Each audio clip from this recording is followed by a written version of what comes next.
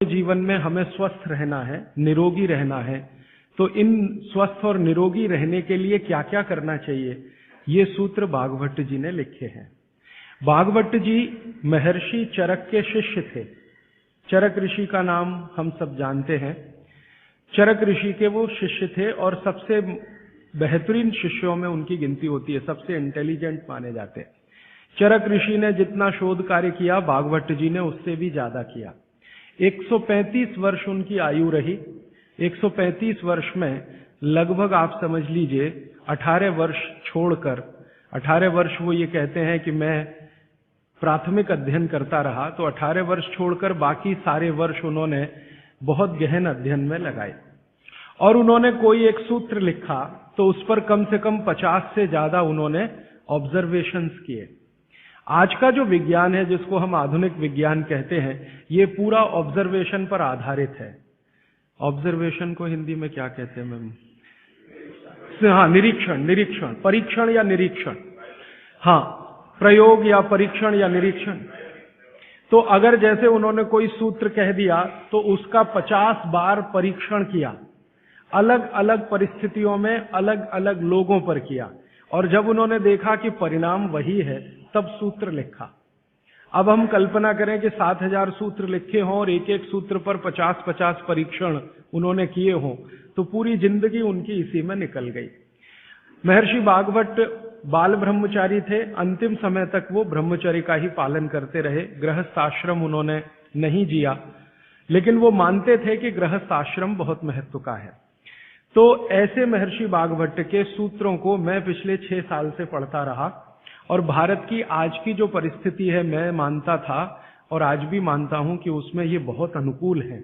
आज हमारे भारत की परिस्थिति ऐसी है, 112 करोड़ लोग इस देश में रहते हैं। इनमें से करीब 75 से 80 करोड़ लोग बीमार हैं। सरकार कहती है कि सिर्फ 30 करोड़ लोग हैं स्वस्थ, बाकी सब हैं बीमार। अलग अलग बीमारियां हैं, वात की बीमारियां हैं, पित्त की हैं, कफ की हैं, और इन बीमारियों का इलाज करने के लिए भारत में कुल मिलाकर 23 लाख डॉक्टर हैं रजिस्टर्ड, जो MBBS, BAMS और BHMS तीनों पद्धति के हैं। 23 लाख रजिस्टर्ड डॉक्टर हैं। अगर अनरजिस्टर्ड डॉक्टर भी इसमें मिला दें तो सरकार कहती है लगभग अनरजिस्टर्ड डॉक्टर भी इतने ही हैं, 25 लाख के आसपास। तो कुल मिलाकर हम 50 लाख डॉक्टर मान लें, अनरजिस्टर्ड और रजिस्टर्ड, तो भी मरीजों की संख्या 70 से 80 करोड़ है। एक डॉक्टर एक दिन में अच्छे से अच्छे काम करे तो 30 से ज्यादा मरीज नहीं देख पाता। तो मैंने एक दिन हिसाब लगाया कि अगर 30 व्यक्ति एक डॉक्टर के सुपुर्द कर दिए जाएं तो 50 लाख डॉक्टर हैं। मुश्किल से 1.5 करोड़ लोगों का इलाज हो सकता है, और रोगी 75 से 80 करोड़ हैं। तो भागवत जी एक सूत्र लिखकर चले गए। वो ये कहते हैं कि हर व्यक्ति अपनी चिकित्सा स्वयं कर सकता है, और इस बात को उन्होंने कहा कि 85% चिकित्सा बहुत आसान है, जो कोई भी व्यक्ति स्वयं कर सकता है। 15% चिकित्सा थोड़ी मुश्किल है, जिसमें आपको विशेषज्ञ की मदद की जरूरत पड़ती है। तो मैंने सोचा क्यों ना ये 85% चिकित्सा जो आसान है वो लोगों तक पहुंचाई जाए। इस दृष्टि से ये व्याख्यान श्रृंखला आयोजित की है। यहाँ पर श्रीमती प्रभा देवी जयप्रकाश जी के नाम से चलने वाला एक ट्रस्ट है, उसके मुख्य व्यक्ति मेरे साथ हैं श्री शुभाकांत जी दास, और उनके पुत्र हैं प्रदीप भाई, और उनके सब सहयोगी निरंजन भाई और मेघाणी जी, इन सब ने मिलकर ये आयोजन किया।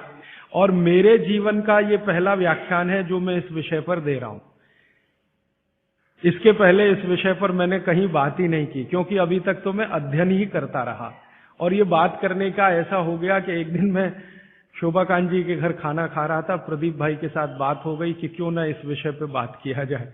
तो ऐसे ये तय हो गया अनायास, लेकिन मुझे लगा कि ये शायद सार्थक हुआ। कई लोगों ने मुझे कहा, और खासकर बाबूजी माने शोभाकांत जी ने मुझे कहा कि तुम पुराने भाषण देना बंद कर दो, वो जो पेप्सी कोका कोला वाले और विदेशी स्वदेशी वाले या WTO वाले, ये ही कहो। शायद बहुत लोग ऐसा कहते हैं। अगर ऐसा सबका मन बना तो शायद इस विषय में मैं आगे भी और ज्यादा गहराई से रिसर्च करके बात करता रहूंगा। तो अब तक हमने 3 दिन की व्याख्यानमाला पूरी की है, आज चौथा दिन शुरू हो रहा है। तो कल तक के जितने सूत्र थे वो एक बार मैं आपको दोहरा दूं ताकि आपको याद हो जाए। कल का सबसे पहला महत्व का सूत्र मैंने बोला था कि आप खाना खाने के बाद पानी ना पिए, पानी हमेशा 1.5 घंटे के बाद पिए। कारण मैंने उसका बहुत विस्तार से बताया था, उसमें दोबारा जाने की जरूरत नहीं है। वो पहला सूत्र था कल का। दूसरा सूत्र था कि पानी जब भी पिए तो घूट घूट भर के पिए, एक एक सिप लेकर पानी पिए, जैसे आप गर्म दूध पीते हैं या गर्म चाय या गर्म कॉफी पीते हैं। और उसका कारण भी मैंने आपको समझा दिया था। तीसरा सूत्र है कि आप जब भी पानी पिए तो ठंडा ना पिए, कभी भी ठंडा पानी ना पिए, हमेशा गुनगुना पानी पिए। वैसे जैन दर्शन में इसी को पक्के पानी की कहा जाता है, इसको बात वो बिल्कुल वैज्ञानिक है। भागवत जी भी उसका समर्थन करते हैं। हमेशा गुनगुना पानी पीने की कोशिश करें। आप में से कई लोगों ने सवाल पूछे थे कि गर्मियों में भी क्या गुनगुना पानी पिए। भागवत जी की माने तो गर्मियों में भी गुनगुना पी सकते हैं, लेकिन कोई बहुत तकलीफ आए तो मिट्टी के बर्तन का पानी आप गर्मी के दिनों में 3-4 महीने पी सकते हैं। फिर चौथा सूत्र ये था कल का कि पानी कभी भी पिए तो सवेरे उठते ही सबसे पहले जरूर पिए, माने सुबह की शुरुआत पानी से करें। और उसमें मैंने बताया था कि मुंह का कुल्ला किए बिना वो उठते ही पानी आपको पीना है, क्योंकि रात को जब आप सोते हैं तो जो कुछ भी लार मुंह में बनी है ये बहुत ही कीमती है, इसका औषधीय गुण बहुत है। और जैन दर्शन में इसको अहिंसा के साथ जोड़ा हुआ है, और वो मैंने करके भी देखा है कि सुबह की लार गलती से भी आप किसी चींटी या चींटा या मक्खी पे थूक दो, वो तुरंत मर जाएगा। सुबह की लार अगर आपने गलती से चींटी, चींटा या मक्खी पे थूक दिया, वो तुरंत मर जाता है, क्योंकि उसका औषधीय गुण बहुत प्रबल होता है सुबह सुबह। तो जैन दर्शन ने इसको अहिंसा से जोड़ा, भागवत जी ने इसको शरीर स्वास्थ्य से जोड़ा। तो ये 4 सूत्र मैंने कल आपको बताए थे, ये बहुत फंक्शनल है, ऑपरेटिव। इसके पहले 5 सूत्र पिछले 2 दिनों में मैंने बात की थी। आने वाले शायद एक दिन मैं सब सूत्रों को फिर से रिपीट कर दूंगा ताकि आपको भूलने ना पाए, आसानी से याद हो। अभी मैं आगे बढ़ता हूं। कल के सूत्र को आगे बढ़ाते हुए मैं एक सूत्र आपके सामने रख कहता हूं। भागवत जी कहते हैं बहुत गहरी बात। वो ये कहते हैं, ये साध्वी जी हैं इसलिए मुझे आज कहना बहुत उपयोगी भी लग रहा है इस सूत्र का। मैं सोचा था कि कल कहूंगा, लेकिन आज कह रहा हूं। भागवत जी कहते हैं कि जब आप भोजन करें कभी भी, तो भोजन का समय थोड़ा निश्चित करें। भोजन का समय निश्चित करें, ऐसा नहीं कि कभी भी कुछ भी खा लिया। हमारा ये जो शरीर है ये कभी भी कुछ भी खा लेने के लिए नहीं है। इस शरीर में जठर है, मैंने आपसे कहा, उसमें अग्नि प्रदीप्त होती है।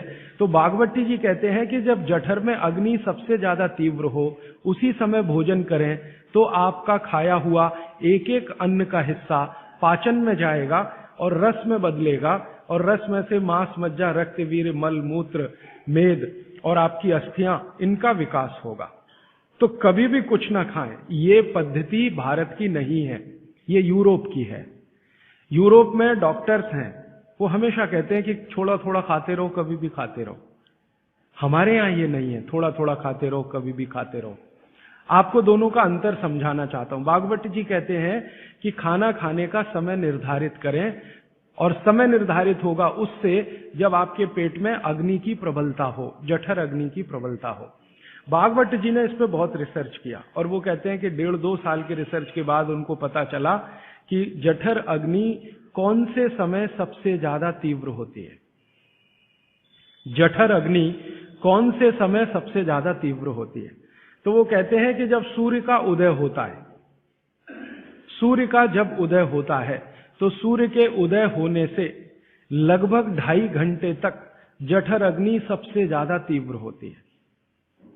सूर्य के उदय होने से, सूर्य का उदय होना आप चेन्नई के हिसाब से सोच लीजिए, मान लीजिए 7 बजे, तो 7 बजे से लेकर 9:30 बजे तक जठर अग्नि सबसे ज्यादा तीव्र होगी।